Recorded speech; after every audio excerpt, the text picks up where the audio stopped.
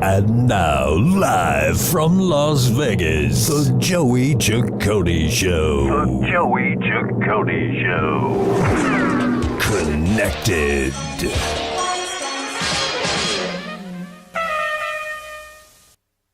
Hey everybody, how you doing? You're watching the Joey Ciccone Show Connected.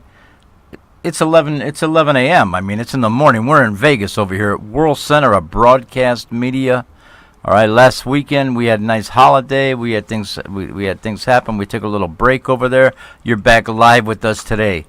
Sitting right next to me to my right. I promised you this, but I do want to say something, Tone. We had about 16 emails come in to me directly that said, Joey, we'd really like to see Tony Montana back and talk a little bit more. That hour went really fast. So today, my friends, my guest, Tony Montana in the house, the Chicago outfit. I love this guy. That's all I want to say. I want to just touch on some things here. His book, The Real Tony Montana. Tone, I was looking through it. The pictures. I know I looked last time, but I was rushing. The photos, man, are incredible. The book reads at about 166 pages. And I'm telling you right now, friends, a beautiful, beautiful holiday gift. A nice read. You can knock it out 1, 2, 3. And Tony gives you the life story of himself. Not all about crime, man. He talks about, personal things and stories and things he's come across and everything. Tony, I just want to say welcome back, brother. Thank you. It's so nice to have you, and he could have said no, you guys, but Tony came back to visit us. Remember now, I would like you to go to the Joey Ciccone Show on World Center of Broadcast Media. There's a little box there. You can chat. And, I was looking it over, and I always haunt you guys, like, put your real name in and everything. But in there, actually, it says a nickname. So you want to use a nickname, whatever. We're going to take your questions with Tony off of the screen, okay? But we're going to get into a little bit more heavier things. Let Tone feel whatever's comfortable. But the bottom line, friends, is this. We left off on segment 4. I had to kind of rush it, and I don't like to do it. So I kind of want to get into some other things that Tony hopefully can share with us. Before I do that, always out of respect, Nick Christophers, Mob Candy, the author of that, and he's a great editor and writer, ghostwriter. He does it all. New Jersey. Nikki, thank you for sending me the copy of Mob Candy. It's actually out of print right now. So, and this was a good one with having Gianni Russo. Right, with Johnny on it. So I liked it a real lot. Thanks a lot, Nikki. I really appreciate that. With that being said, you get the 38 here, you get the Tony Montana book, and we're ready to roll into segment 1.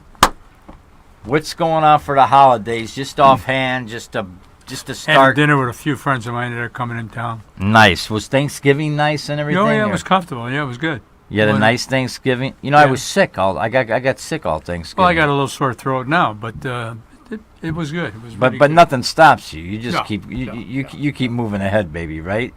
Go forward. Right. What is that? 63 years old? 83. I love them. All right, listen. We're going to get into the questions you want to hear today. I hope you're tuning in, and I hope you chat. We always take your questions and everything. Tone, I want to pick up from basically where we left off, and I kind of rushed the question. And then again, like my friend always, Joey, I really don't want to talk about that. I don't want to answer things. This is the Connected Show, and you know the style that we roll in. So, are the facts clear on how basically they killed Tony? He was a friend of yours. Where, how, and who gave the order? Who did the hit? Do you know? And these don't have to be answered. I'm just asking the questions. And if you're comfortable with it, you can answer the question.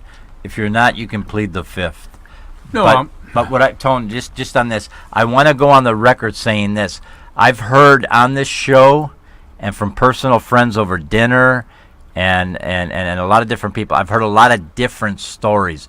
I want to get the accurate story, and I'm sure you do also.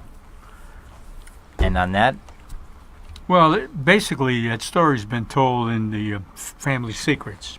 It lists all the names who were there. I don't know if you're familiar with that. okay, all right, right. And Right. that book is on the market, by the way.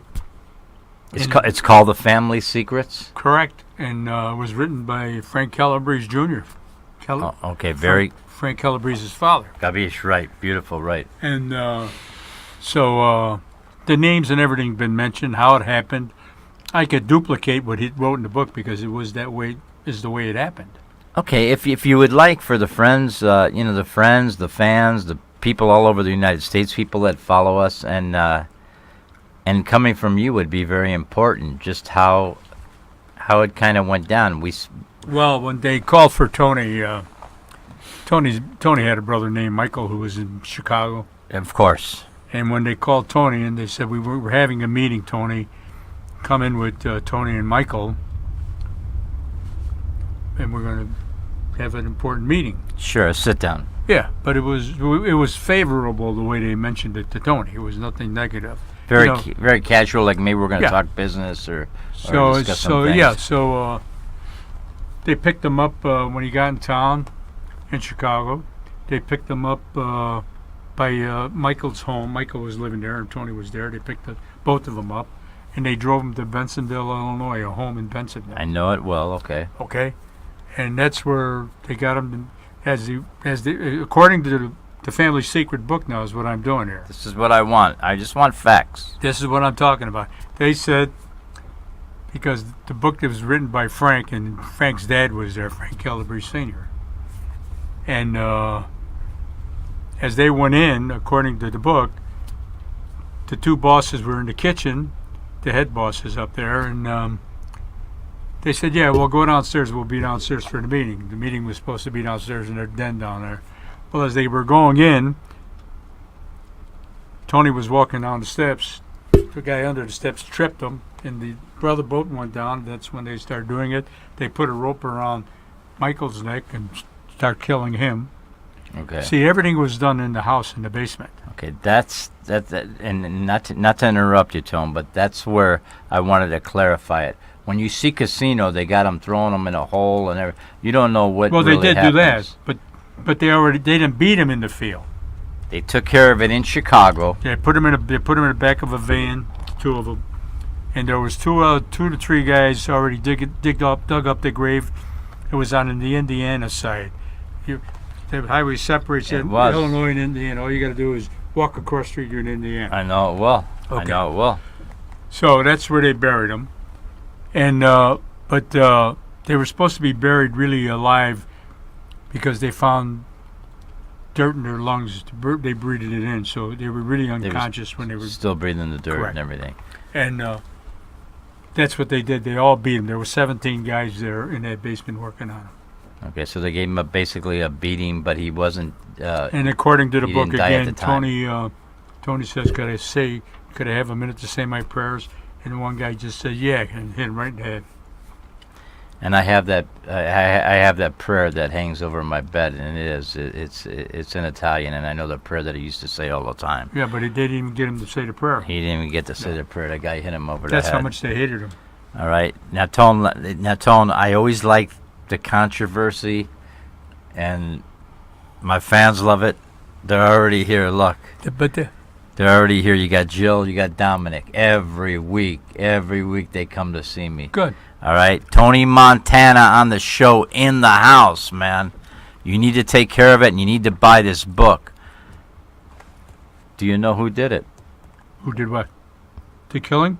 Do you know who pushed the button and who It took had him to out? be. Yeah, it had to be. And if you're not comfortable, that's it fine. had to be the boss that was there in the kitchen. He died anyway, Joe Ferrolo.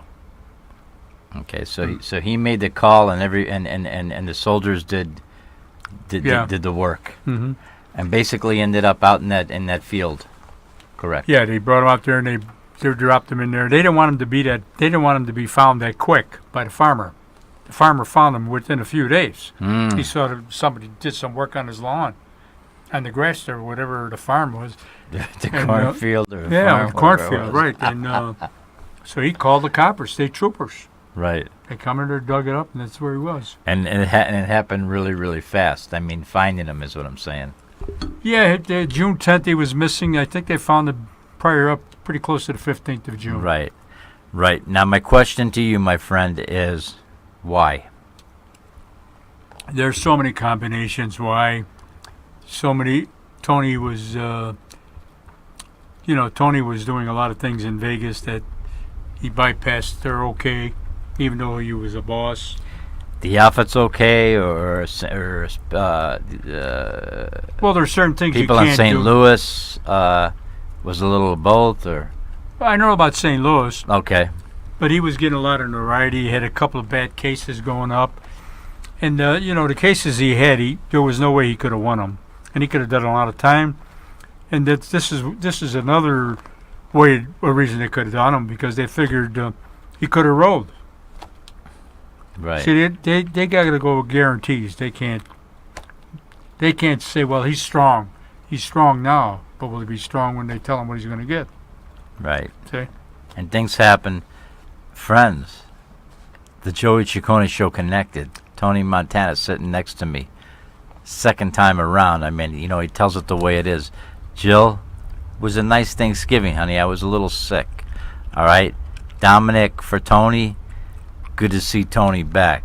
You and me both. I wish he was with me all the time, because the most sincere person that I've come across doing these shows. I want to read something here real quick. All right, and then we're going to go to break. Scotty, thanks for throwing the times up. Scotty in the house, my engineer. Tony Montana is the real thing.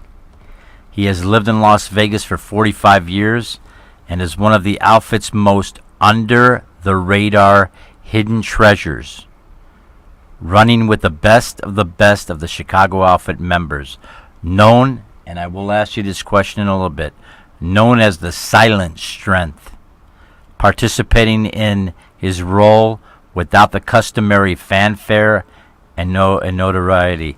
He laid low. He laid low for all the other wise guys in the Chicago outfit. From 15 years of age, you work for Giancana. Fat Leonardo, is it Cafano? Fat Leonard Cavano, yeah. Okay. That's Marshall Cafano's brother. Right. Jimmy Allegretti. The monk. Joe DiVarco. It's Little Caesar. Okay, beautiful. Joe the Jap. Ito. Is it Eto? That's the one they shot in the head 3 times and they didn't kill him. Okay, you're getting all this. Come on, you're getting all the information. Start chiming in. Maron. Ito, Milwaukee. Milwaukee Phil, all the way to jail. Fifi. Bucheri. And, of course, Tony Spilatro. All right? On that note, I loved our opening. I'm so glad to have Tony back. You're watching the Joey Ciccone Show on the World Center of Broadcast Media, live from Las Vegas. We're going to be right back with Tony with more stories. Chat in. See you in a bit.